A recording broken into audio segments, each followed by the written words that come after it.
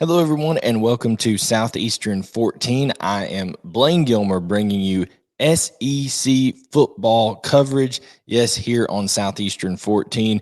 It doesn't matter if it's the off season, what season is. I know March Madness is going on.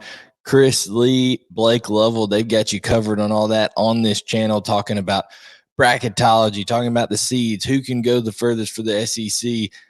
But I'm going to be bringing you football action. Chris, other guys over there also talking baseball. So this channel, everything SEC that you could want is right here. So make sure to hit that subscribe button, turn on notifications, hit those likes, all greatly appreciated.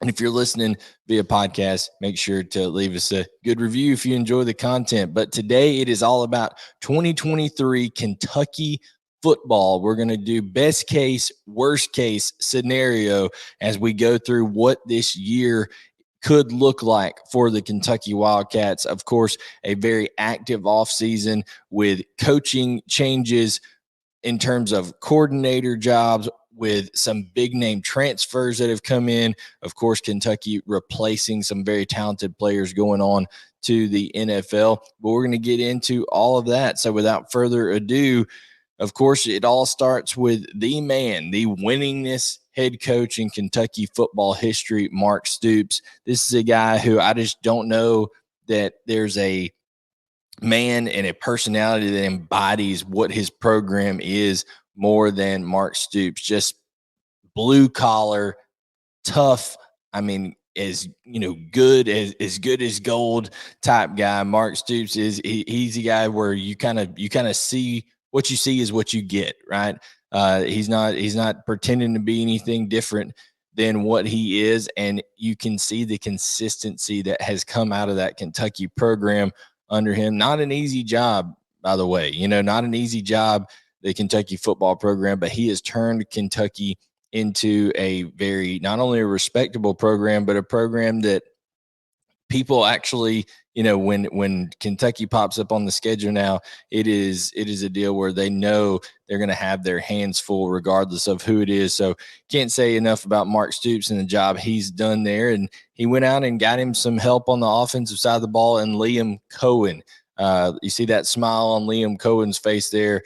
There's a lot of people around the Kentucky Wildcats program smiling just like that because Liam Coen is coming back. They had Rich Scangerello last year after Cohen left to go to the Rams and, go back with Sean McVay for a year. Now he comes back, and this is a offense that averaged over 12 points per game more the year before, with largely the same crew. Some difference at receiver. Of course, Wandale Robinson was the main guy when Cohen was there. Now, it's a different set of receivers, but Will Levis was the quarterback, and, the offensive line took a little bit of a regression, things of that nature. So I know that the Kentucky Wildcat faithful are excited to have Liam Coen back. A lot of that, misdirections, pre-snap motions, getting the ball out on the perimeter, a lot of things, the wide zone, play action off the boot, all that kind of stuff that you see out of the Rams and Sean McVay and things like that. You saw from Liam Coen's offense in 2021, maybe not as much. But again, the offensive line play was an issue. But Liam Coen, big deal coming back. Of course, Brad White, he's been there. He's been consistent. One of the better defensive minds. You put him and Marques Stoops together, and you always know what you're going to get out of the Kentucky defense. They're going to come and just bring a great amount of energy in terms of their pursuit of the football. Rarely are you going to see busts and things like that. They had some issues against that high-octane Tennessee offense a year ago, but other than Georgia, who didn't? I mean, there was a lot of people that got, burned by Heupel's tempo and scheme and things like that. But when you're talking about Kentucky, I mean, Georgia themselves comes into Kentucky, and Kentucky holds Georgia, one of the better offenses in the entire country, to 16 points and really stymied them in the red zone, things like that. So there are some key pieces that have moved on, but there's also some key pieces that are coming in that we'll talk about here in just a little bit. Devin Leary on the offensive side of the ball comes in to replace Will Levis. This is a huge deal for this Kentucky offense because it just seems like Kentucky has been one of the teams that has utilized and benefited from the transfer portal as well as anybody here in terms at the quarterback position. Will Levis came in after being largely a short yardage, Tim Tebow usage type guy in terms of a battering ram for Penn State. And then he comes in and he's developed into what is probably going to be a top 10 pick in the NFL draft. Devin Leary sees that. He sees Liam Coen coming back. He's a guy who broke several of Phillip Rivers' records at NC State.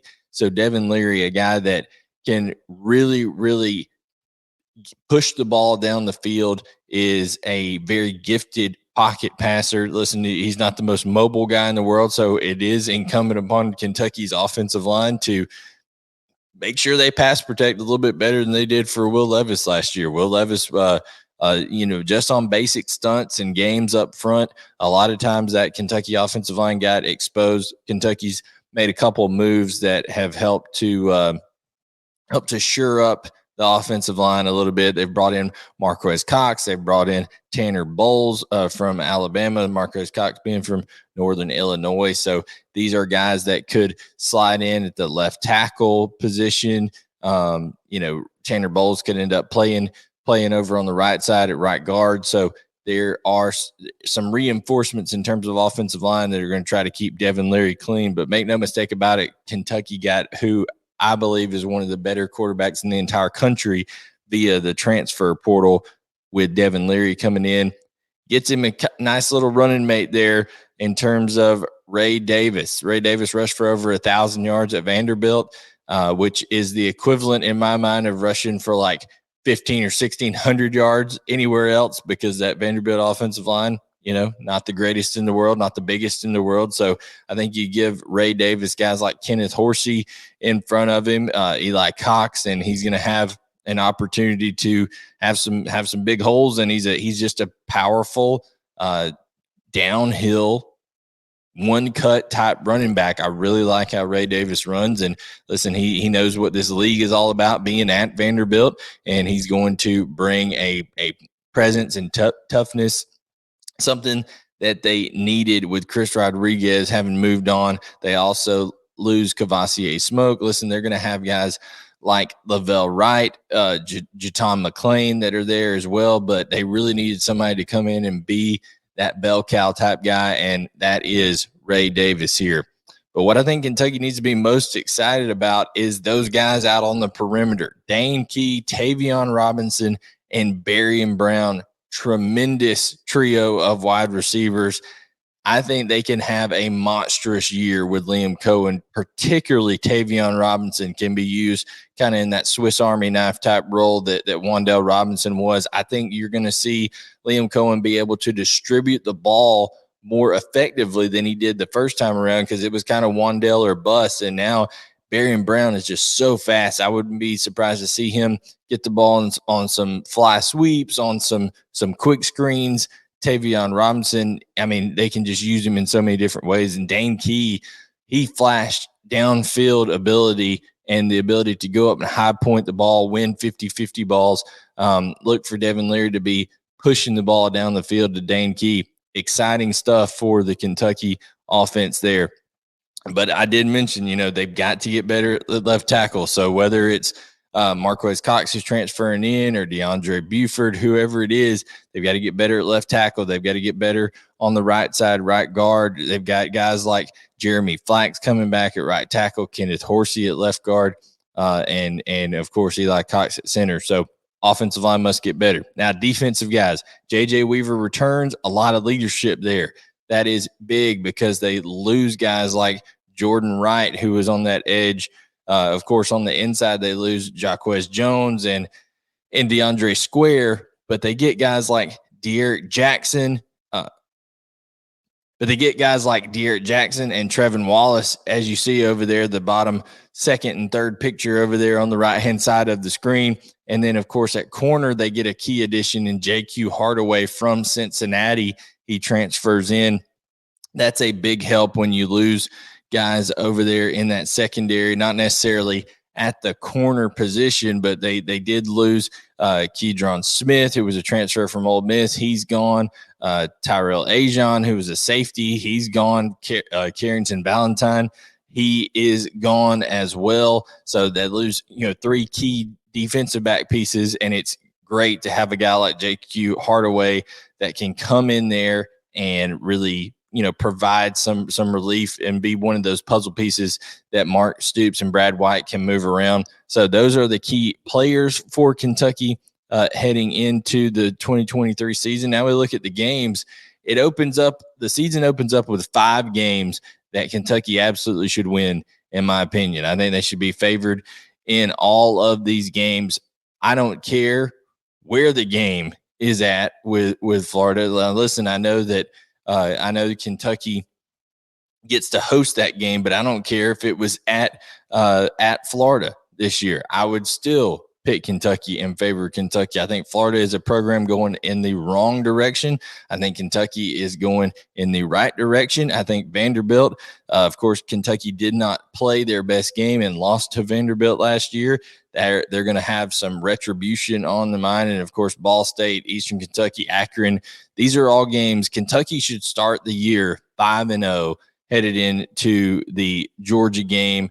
And then they hit a stretch there that is tough at Georgia, and then 2 tough home games in Missouri, Tennessee. We're going to talk about those tough road games. They have Georgia, like I said, after that 5-game stretch on October 7th. Then later in the year at South Carolina, November 18th. We all know that Shane Beamer seems to get his team primed up, ready to go at the end of the season, the way that they finished with Tennessee and Clemson last year. And then Georgia, listen, they're the defending back-to-back national champions. It's always tough, even though Kentucky seems to always play Georgia very well. So it's going to be interesting. I think the best you can hope for there is a split. I don't see Kentucky going on the road and beating Georgia this year. But when it comes to that South Carolina game, I think Kentucky, especially depending on how some of these others have went, Kentucky could be playing for a lot there still. And I think that South Carolina game is one that Kentucky could get.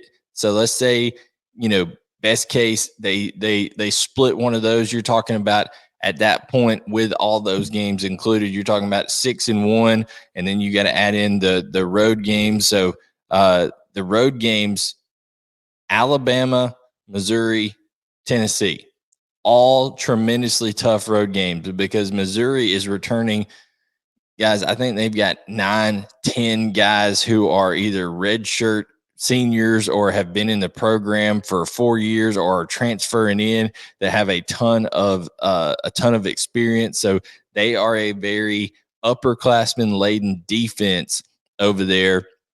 And of course, Eli Drinkwitz is, handing over the play calling responsibilities. If you want to see their best case, worst case video, then you need to go check out in the archives over here because we've done that one as well for Missouri. So Missouri, not a easy team to welcome into Lexington.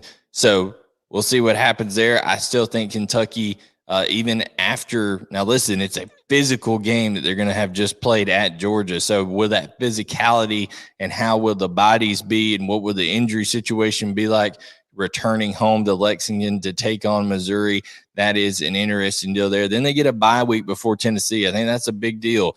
Listen, Mark Stoops and Brad White are not going to take kindly to basically, getting a little bit embarrassed last year in Knoxville. And the Lexington crowd is going to want to return the favor a little bit and be loud, be boisterous, and just absolutely make it a raucous environment there at Kentucky. Tennessee's coming in. Who knows what their year is going to look like? What does their quarterback situation look like at that point with Joe Milton? Is it Nico Iamaleava? Who is the quarterback for Tennessee at that point? I think Kentucky's the more stable program coming in. Honestly, I think Tennessee had a great year last year, but I like the trajectory where Kentucky's going, and we'll see if Tennessee can replicate the success they had a year ago.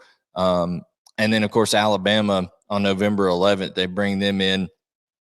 They do have to go on the road to Mississippi State, but I just don't know what that looks like with Zach Arnett and company being, the passing of Mike Leach. So we'll see that one. I just kind of say that one. I'm going to chalk that one up as a Kentucky win on the road. But the home games, Missouri, Tennessee, Alabama, and of course, Mississippi State on the road in between Tennessee and Alabama. They get a bye week before Tennessee.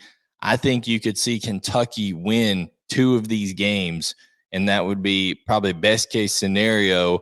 And then I would have them winning the Louisville game. So you're talking about last year going 7-6 versus this year. I think you could see Kentucky in the regular season, best case scenario, 10-2. I really do, and have a chance to win an 11th game in the bowl game. Something that, hey, they lost to Iowa last year. They didn't have Will Levis. It was a different situation at quarterback. So I think 10-2 is not out of the realm of possibility. I think Kentucky could have a great year. Best case, worst case, Missouri comes in and as basically Georgia beats you twice type deal. So that would add a third loss. Do you go on the road to South Carolina after probably losing to Alabama at home and let Alabama beat you twice? So that could be a fourth loss. And then if you drop either one of those to Vanderbilt or Kentucky that I talked about earlier, that would be a massive disappointment. So I think worst case scenario is 7-5, but best case scenario is 10-2 for Kentucky with a chance to win an 11th game in the bowl game. Guys, that has been our best case, worst case scenario video for the 2023 Kentucky Wildcats football team. Leave your comments. Let us know what you think. We love the feedback. Like, subscribe, turn on notifications. Make sure that you're on here for not just the football content all offseason, for Chris Lee and Blake Lovell's basketball content, baseball content, a ton of great stuff here on Southeastern 14. And I am Blayne Gilmer. We will catch you next time on Southeastern 14.